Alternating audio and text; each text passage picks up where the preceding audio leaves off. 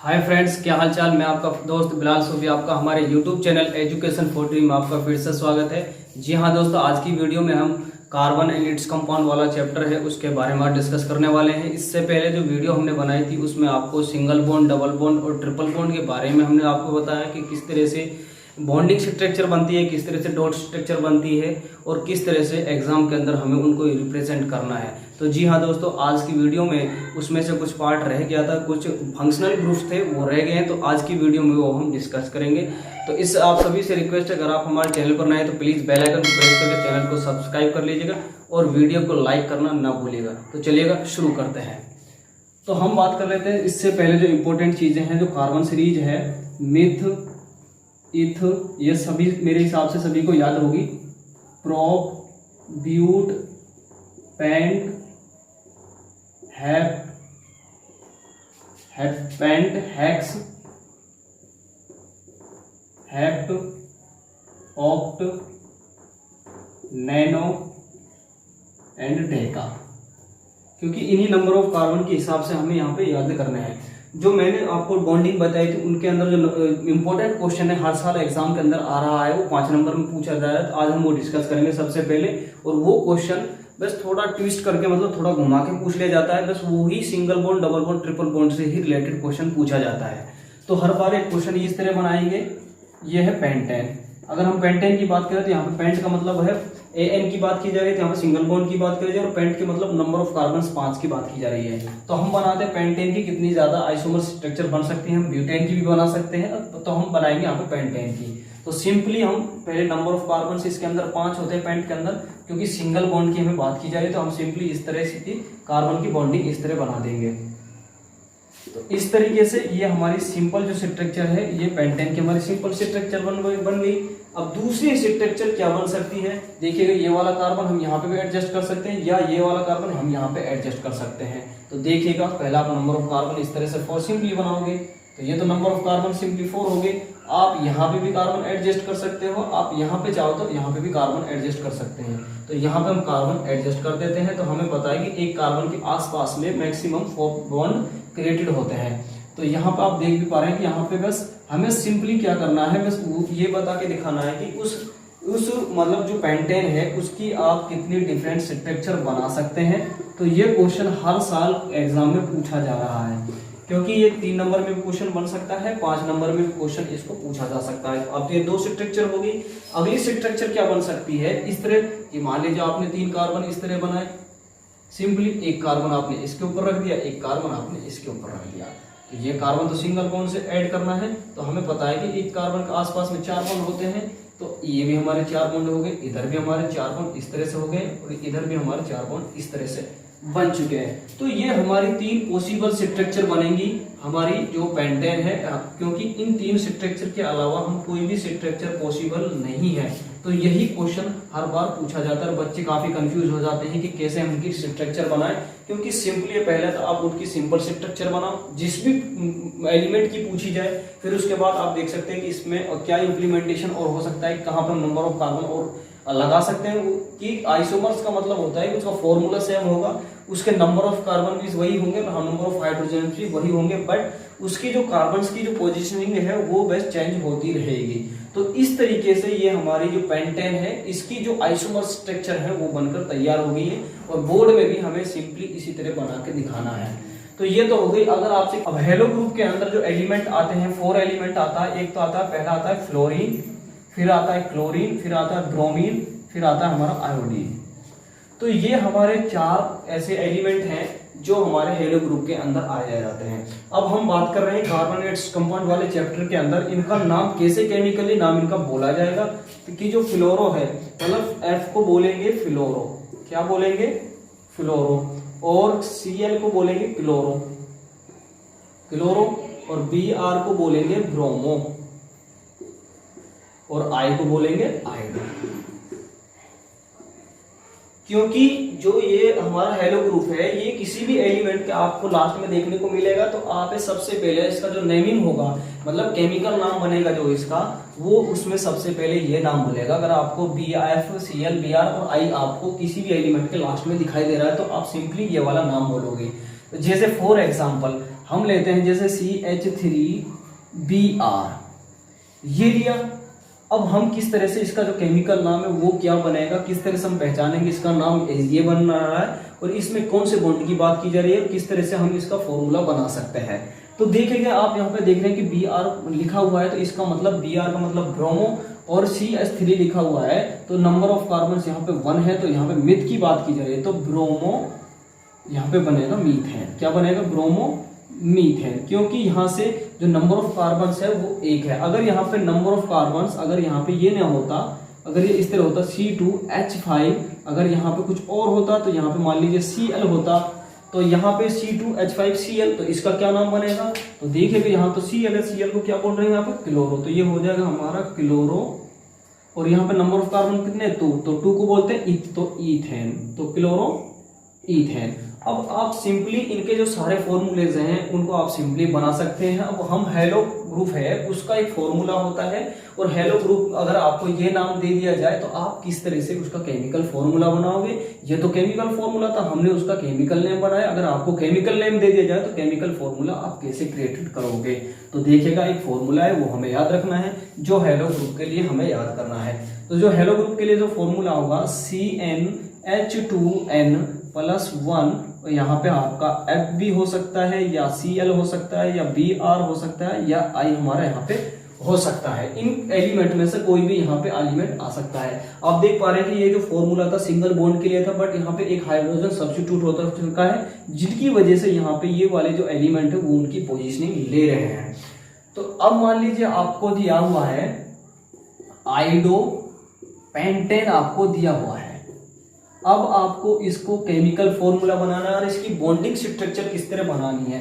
तो आपको पता है सबसे पहले AN की बात की जा रही है, और पेंटेन का मतलब यहाँ पे नंबर ऑफ कार्बन 5 है। तो आप फॉर्मूले में हेलो ग्रुप लगा हुआ है, तो हेलो ग्रुप लगा हुआ है तो आप हेलो ग्रुप वाले फॉर्मूले को उठाओगे तो वहां पे C की जगह N की जगह 5 पुट कर दोगे, 2 × 5+1, और यहाँ पे आइडो लगाया हो तो इनमें से I आएगा यहाँ पे, तो इस तरह से। तो C5H 5 दूनी 10 और एक यहाँ का प्लस का 1 तो 11, C5H11 और I, ये हमारा केमिकल फॉर्मूला बन चुका है। अगर हम इसकी बॉन्डिंग स्ट्रक्चर बनाए तो सिंपली आप 5 कार्बन इस तरह से बना दोगे, 1 2 3 4 5, तो उनको सिंपली सिंगल बॉन्ड से जोड़ दोगे। ठीक है, क्योंकि पेंटेन की बात की जाए तो आप हमें पता है कि एक कार्बन के आसपास में मैक्सिमम 4 बॉन्ड क्रिएटेड होते हैं, तो ये हमारे 4 बॉन्ड, और हमें I है वो कहाँ लगाना है? लास्ट में लगाना है। तो इस तरीके से हम इन सभी हेलो ग्रुप्स की जो स्ट्रक्चर है वो सारी हम बना सकते हैं। तो अल्कोहलिक ग्रुप है, जो हमारा अल्कोहलिक ग्रुप है, इसका जो सिंबल क्या होता है, हम कैसे पहचानेंगे अल्कोहलिक ग्रुप है, और इसके कोई भी एलिमेंट होगा इसकी पहचान कैसे की जाएगी। तो जो अल्कोहलिक ग्रुप होगा उसके किसी भी एलिमेंट के लास्ट में आपको OLE लिखा हुआ मिलेगा, क्योंकि सफिक्स मतलब उसके लास्ट में आपको ये मिलेगा, सफिक्स का बोलते हैं जो लास्ट में मिला हुआ होता है। अब हम इसकी बात करें कि इसका जो सिंबल होगा, कि हम जो इसका सिंबल है वो कौन सा सिंबल हम इस्तेमाल करेंगे? OH, बॉन्ड OH हमारा सिंबल लगेगा। अब बात कर ले हम एल्डिहाइड ग्रुप की, जो अपना अगला ग्रुप है वो है एल्डिहाइड ग्रुप। एल्डिहाइड ग्रुप, तो इसका जो सफिक्स है मतलब किसी भी एलिमेंट के लास्ट में आपको क्या देखने को मिलेगा? वो मिलेगा Al, क्या मतलब अन, और आपको सिंबल क्या मिलेगा? आपको बॉन्ड CHO। इस तरह से आपको किसी भी जब आप केमिकल फॉर्मूला बनाओगे तो केमिकल फॉर्मूले में आपको CHO लास्ट में देखने को मिलेगा। अब बात करें हम कीटोन ग्रुप की, जो अगला ग्रुप है कीटोन ग्रुप, तो उसका जो हमारा सफिक्स है वो हमारा ONE होगा। अब हम बात करें इसका सिंबल क्या होगा? वो हमारा होगा बॉन्ड CO, क्योंकि इसमें क्या आएगी, यहाँ पे एक बात समझने लायक है, क्योंकि यहाँ पर तो एक सिंगल बॉन्ड है इधर तरफ, इधर भी इसमें देखें तो बात इसकी करम कीटोनिक ग्रुप की। कीटोनिक ग्रुप हमेशा किसी दो कार्बन्स के बीच में एग्जिस्ट करता है, क्योंकि इसकी दोनों तरफ बॉन्डिंग होती है। अब बात करें हम कार्बोक्सिलिक ग्रुप की, कार्बोक्सिलिक ग्रुप। अब कार्बोक्सिलिक ग्रुप का जो हमारा सफिक्स होगा वो होगा ओइक, OIC, ओइक, और जो हम इसमें सिंबल इस्तेमाल करेंगे वो बॉन्ड COOH, तो ये बॉन्ड हम इस्तेमाल करेंगे। अब बात करें हम इनके किस तरह से हम इनका केमिकल फॉर्मूला किस तरह बना पाएंगे, किस तरह से हमें इसकी आइडेंटिफिकेशन कर पाएंगे, तो इनके भी लिए फॉर्मूले हैं, तो वो फॉर्मूले भी हमें याद करने हैं। तो बात कर लेते हैं हम इस वाले बात की। जब अल्कोहलिक होगा उसके लिए हमारा जो फॉर्मूला होगा वो क्या होगा? अब हम अल्कोहलिक की बात करें तो उसके लिए जो फॉर्मूला होगा CnH2n+1 और OH। ये फॉर्मूला तो हमारा किसके लिए होगा, अल्कोहलिक ग्रुप के लिए। अब बात करें हम जो ये हमारा एल्डिहाइड और कीटोनिक ग्रुप और कार्बोक्सिलिक ग्रुप है, इनके लिए कोई ऐसा कोई पार्टिकुलर फॉर्मूला नहीं है। क्यों नहीं, क्योंकि अगर हम बात करते हैं ईथेन की तो यहाँ पे ईथ का मतलब होता है नंबर ऑफ कार्बन 2, बट हमारा एक कार्बन इसके अंदर ऐड हो जाएगा तो वो हमारा प्रोब के अंदर चला जाएगा। वो भी मैं आपको एक एग्जांपल लेके बताऊंगा वो किस तरह से ऐसे हमें लेना है। और इसी तरीके जो ये 3 हमारे ग्रुप बचे हैं इनके लिए कोई पार्टिकुलर फॉर्मूला नहीं है।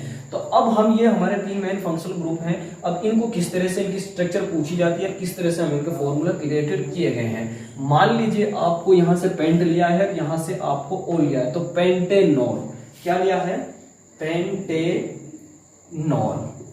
अब आपको पेंटेनॉल का केमिकल फॉर्मूला बनाना है और इसकी बॉन्डिंग स्ट्रक्चर कैसे है। अगर आप केमिकल फॉर्मूला बना पाते हैं तो इसकी बॉन्डिंग स्ट्रक्चर आप सिंपली बना सकते हैं। अब पेंटेनॉल का मतलब यहां से तो OH की ग्रुप बात की जा रही है और पेंट का मतलब तो होता है नंबर ऑफ कार्बन कितने होने चाहिए, यहाँ पे 5। तो हमें पता है कि CnH2n+1 और OH हमारा जो अल्कोहलिक ग्रुप है उसका एक फॉर्मूला है। तो हम क्या करेंगे, फॉर्मूले में C5H2 × 5 + 1 और OH, तो C5 और ये 11 और OH, तो ये हमारा तो क्या बन गया, केमिकल फॉर्मूला हमारा ये बन चुका है। तो केमिकल फॉर्मूला बन गया। अब हमें से बॉन्डिंग स्ट्रक्चर बनाने तो सिंपली आप इस तरह से 5 नंबर ऑफ कार्बन इस तरह बना दोगे, 1 2 3 4 5। तो यहाँ पे जो हमारा OH ग्रुप होगा वो सब में लास्ट में जाके लगेगा। तो यहाँ पे ये हमारा OH ग्रुप लग चुका है। इस तरह से हमें बॉन्डिंग स्ट्रक्चर बनानी है और ये हमारी सिंपली स्ट्रक्चर है, क्योंकि मैंने इससे पहले भी आपको सारी चीजें समझाई हैं और क्योंकि स्ट्रक्चर में तो काफी ज्यादा प्रॉब्लम नहीं होती अगर आप फॉर्मूला उसका क्रिएटेड कर पाते हैं। तो यहाँ पे नंबर ऑफ कार्बन भी 5 है और नंबर ऑफ हाइड्रोजन भी यहाँ पे 11 है। अब बात कर लेते हैं हम एल्डिहाइड ग्रुप की स्ट्रक्चर किस तरह बनाई जाएगी, किस तरह से हम उनकी पहचान कर पाएंगे और किस तरह से ये पता चलेगा कि इसके अंदर कौन सा ग्रुप पूछा गया है, किस तरह से आइडेंटिफिकेशन होती है। तो देखिएगा, मान लीजिए आपको किसी ने कहा कि आपको प्रोपेनल की स्ट्रक्चर बनानी है, प्रोपेनल। अब आप तो कंफ्यूज हो गए, तो प्रोपेनल क्यों सबसे पहले क्या देखना है, हमें लास्ट में जाना है। ALE की बात की जाए तो एल्डिहाइड ग्रुप की बात करें तो हमें CHO ग्रुप लगाना है केमिकल फॉर्मूले में और यहां से हम नंबर ऑफ कार्बन को आइडेंटिफाई कर पाएंगे। तो प्रोप का मतलब होता है नंबर ऑफ कार्बन कितने दिया हुआ है, यहाँ पे 3। तो फॉर्मूला क्या होता है, इसका तो कोई पार्टिकुलर फॉर्मूला है नहीं, बट अब बात की जा रही है यहाँ पे प्रोपेनल की। जो यहाँ पे समझने लायक बात यह कि यहाँ प्रोपेनल की बात की जा रही है तो हमें पता है प्रोप के अंदर नंबर ऑफ कार्बन 3 होते हैं और एक कार्बन इसके अंदर है, तो ये तो कार्बन 4 हो जाएंगे। तो हम क्या करेंगे, इथ वाला कार्बन लेके चलेंगे, मतलब 2 कार्बन लेके चलेंगे। तो इस तरीके से हम 2 कार्बन लेके चलेंगे और क्योंकि तीसरा कार्बन तो इसके अंदर है C+OH। क्यों, क्योंकि अगर आपसे प्रोप की बात की जा रही है तो वहां से नंबर ऑफ कार्बन आप मतलब 2 लेके चलोगे, अगर नंबर ऑफ कार्बन 5 की बात की जा रही है तो नंबर ऑफ कार्बन 4 लेके चलोगे, क्योंकि इस कार्बन की जो फॉर्मूला है, इस जो सिंबल है इसके अंदर ऑलरेडी एक कार्बन है। तो इसलिए हमें एक जो कार्बन है वो ऑलरेडी कम लेके चलना पड़ेगा। तो ये बातें हमें ध्यान रखनी पड़ेंगे। तो C2H5CHO, तो ये हमारा प्रोपेनल का केमिकल फॉर्मूला बन चुका है। अगर आपसे हेप्टेनल की बात की जा रही है तो आप नंबर ऑफ, यहाँ पे तो हेप्ट का मतलब 7 होता है, बट आपको नंबर ऑफ कार्बन 6 लेके चलने पड़ेंगे क्योंकि यहाँ पे एक कार्बन ऑलरेडी है। इसी तरीके से हम कीटोनिक की बात करें तो कीटोनिक की बात, अगर हमसे कीटोनिक की बात करें तो इसमें भी वही फंक्शन रखना है, एक ही मतलब नंबर ऑफ कार्बन एक कम लेके चलना है क्योंकि यहाँ पे एक कार्बन ऑलरेडी है। अगर बात करें हम कार्बोक्सिलिक ग्रुप की तो कार्बोक्सिलिक ग्रुप में भी हमें नंबर ऑफ कार्बन्स एक कम के लेके चलना पड़ेगा, बट इनमें एक बेसिक डिफरेंस है, वो क्या है कि जो कीटोनिक ग्रुप है वो किन्हीं 2 कार्बन्स के बीच में वर्क करता है। अगर हम यहाँ से यहाँ तक देखें तो यहाँ तक जो हमारा कीटोनिक ग्रुप है वो काम नहीं करता, कीटोनिक ग्रुप हमारा यहाँ से काम करना शुरू करता है। क्योंकि अगर आप कीटोनिक ग्रुप मतलब आप इथेनॉल की स्ट्रक्चर बनाओगे तो कीटोन मतलब इथेनॉल की स्ट्रक्चर पॉसिबल नहीं होगी, क्योंकि ये किन्हीं 2 कार्बन्स के बीच में वर्क करता है। इसीलिए जब हम प्रोपेनॉन की स्ट्रक्चर बनाएंगे तो हम 2 कार्बन लेके चलेंगे इस तरह, और ये तो हमारा बीच में आता है इस तरीके से C+O। इस तरह से हमारी ये प्रोपेनॉन की स्ट्रक्चर सिंपली इस तरह बन पाएगी, क्योंकि हमने यहाँ देखा कि यहाँ पे जो बॉन्डिंग है वो दोनों तरफ है। तो इस तरीके से ये बॉन्डिंग बन पाएंगे। हम बात कर लें कार्बोक्सिलिक ग्रुप की। अगर हम कार्बोक्सिलिक की बात करें तो आपसे कह दिया जाए कि आपको मिथेनोइक एसिड का फॉर्मूला बनाना है, मिथेनोइक का फॉर्मूला बनाना है, मिथेनोइक एसिड। अब आप तो सोचने लगे कि मिथ के अंदर तो एक कार्बन है, इसके अंदर भी एक कार्बन है, तो वो कार्बन लेके चले या नहीं लेके चले। तो उसमें क्या है कि यहाँ पे जब एक कार्बन है तो वहां से तो हम कार्बन लेने की जरूरत ही नहीं है। सिंपली हम क्या करेंगे, उस बॉन्ड को इस तरह से खोल के लिख देंगे इस वाले को, और यहाँ पे एक हाइड्रोजन लगा देंगे। तो ये हमारा मिथेनोइक एसिड का फॉर्मूला बन चुका है, जिसको हम फॉर्मिक एसिड भी बोलते हैं। क्या बोलते हैं? फॉर्मिक एसिड भी बोलते हैं। तो इस तरीके से आपकी स्ट्रक्चर है, आप सिंपली बना सकते हैं। अगर आपको किसी भी फंक्शनल ग्रुप में आपको स्ट्रक्चर बनाने में कोई प्रॉब्लम आए तो आप हमें कमेंट सेक्शन में जरूर बताइएगा। तो अब हम थोड़ा आगे की तरफ चलते हैं, जो इसमें जो और ज्यादा, इससे पहले हम डिस्कस कर लें कि जो होमोलोगस सीरीज है, ये काफी बार क्वेश्चन पूछा जा रहा है कि जो हमारी होमोलोगस सीरीज है वो क्या होती है। अब बात करें हम, जो हमारी होमोलोगस सीरीज का मतलब होता है, होमो का मतलब होता है सेम, होमो का मतलब होता है सेम, और सीरीज हमारी श्रेणी होती है। जिस श्रेणी के अंदर सेम फंक्शनल ग्रुप होगा, जिसके अंदर सेम फंक्शनल ग्रुप होगा, और उन फंक्शनल ग्रुप्स के जो सब्स्टिट्यूट एटम है, जो पास में जो एटम है या कंपाउंड है, उनके बीच में अगर आपको CH2 का डिफरेंस मिलेगा और उसके CH2 का यूनिट का मास अगर 14 यूनिट आता है, तो हम कहेंगे ये होमोलोगस सीरीज हुआ है। वो सिंगल बॉन्ड की हो सकती है, डबल बॉन्ड की सीरीज हो सकती है, या कोई फंक्शनल ग्रुप के भी लगकर बन सकती है। जैसे मान लीजिए CH3OH, ये क्या हो गया, और C2H5OH। अब हम बात करें यहाँ पे फंक्शनल ग्रुप तो सेम ही है। अब इन दोनों के बीच में जो डिफरेंस होगा वो हमारा CH2 का होगा। अगर आप ये फंक्शनल ग्रुप लेके नहीं चलते, आप सिंगल बॉन्ड की बात कर लेते हो, जैसे CH4, ये तो हो गया मीथेन, और हम लिखेंगे इथेन C2H6। तो अब हम इन दोनों के बीच में भी डिफरेंस देखें तो यहाँ पे दोनों चीजों के बीच में डिफरेंस CH2 का है। तो आप कोई भी फंक्शनल ग्रुप ले लो या आप कोई सा भी बॉन्ड लेके चलोगे, तो उन सभी के जो सब्स्टिट्यूट एटम है उनके बीच में जो डिफरेंस है वो CH2 का मिलेगा। तो उसको बोलते हैं होमोलोगस सीरीज। मतलब a series of a compounds in which same functional group in carbon chain, कि जिसमें सेम फंक्शनल ग्रुप हो कार्बन चेन के अंदर, और उनका जो CH2 का मास यूनिट है वो 14 यूनिट होना चाहिए। तो ये होता है हमारा होमोलोगस सीरीज। तो ये चीजें आपको याद रखनी है। अब हम बढ़ते हैं कि हमारी जो ऑक्सीडेशन क्या होता है, क्योंकि हर बार ये क्वेश्चन इस चैप्टर से पूछे जा रहे हैं। अब ऑक्सीडेशन का मतलब आप सिंपली समझ पा रहे होंगे, किसी चीज के साथ ऑक्सीडेशन का, ऑक्सीजन का ऐड होना, तो उसको बोलते हैं हम ऑक्सीडेशन। अब इस चैप्टर के अंदर ऑक्सीडेशन का क्या इंपॉर्टेंट रोल है। जब आप किसी भी अल्कोहल को, मतलब आपके पास कोई अल्कोहलिक ग्रुप है, अगर आप उसको ऑक्सीडाइजिंग करा रहे हैं किसी Al2 KMnO4 की प्रेजेंस में, Al2 KMnO4 की प्रेजेंस में आप, या K2Cr2O7, ये आपने कैटेलिस्ट लिए हैं, तो आपको क्या है, जो अल्कोहलिक ग्रुप होगा वो हमारा कार्बोक्सिलिक ग्रुप के अंदर कन्वर्ट हो जाएगा। क्योंकि जब आप अल्कोहलिक ग्रुप लेके चलोगे तो वो क्या, हमारा कार्बोक्सिलिक ग्रुप के अंदर हमारा सिंपली चेंज हो जाएगा। जैसे कि मान लीजिए आपने लिया CH3CH2OH, तो ये मान लीजिए आपने इथेनोइक एसिड लिया, इथेनॉल लिया, और आप इसकी रिएक्शन करा रहे हैं, ऑक्सीडेशन करा रहे हैं, मतलब K2Cr2O7 की प्रेजेंस में। तो ये हमारा सिंपली क्या बनना चाहिए, हमारा अल्कोहलिक ग्रुप में जाना चाहिए। तो ये हम देखेंगे, तो यहाँ पे CH3COOH, तो ये हमारा कार्बोक्सिलिक ग्रुप सिंपली बन जाएगा।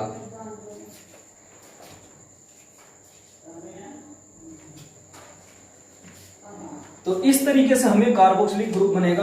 अब बात कर लेते हैं हमारे जो खास जो इंपॉर्टेंट रिएक्शन है, वो हमारी क्या है, एडिशन रिएक्शन है, जो हर बार क्वेश्चन के अंदर पूछी जाती है कि एडिशन रिएक्शन क्या होती है, इस एडिशन रिएक्शन का इस्तेमाल कहाँ पे किया जाता है, और इसका क्या इंपॉर्टेंट रोल है। तो चलिएगा, जो एडिशन रिएक्शन की हम बात करें कि ये काफी ज्यादा इंपॉर्टेंट है, हर साल क्वेश्चन इस पे काफी बार पूछा गया है, 1 नंबर में भी क्वेश्चन बन जाता है, और हमारा लॉन्ग क्वेश्चन भी इस पर पूछ लिया जाता है। अब बात करें हम एडिशन रिएक्शन की, कि जो एडिशन रिएक्शन होती है इसमें क्या होता है, एडिशन रिएक्शन होती है जो अनसैचुरेटेड हाइड्रोकार्बन्स को सैचुरेटेड हाइड्रोकार्बन्स के अंदर ब्रेक कर देती है एक कैटलिस्ट का इस्तेमाल करके, प्लेटिनियम या निकल कैटलिस्ट का यूज करती है। अब हम इसकी डेफिनेशन कैसे बनाएंगे, when the unsaturated hydrocarbons break into the simple saturated hydrocarbon using by the catalyst nickel and platinum.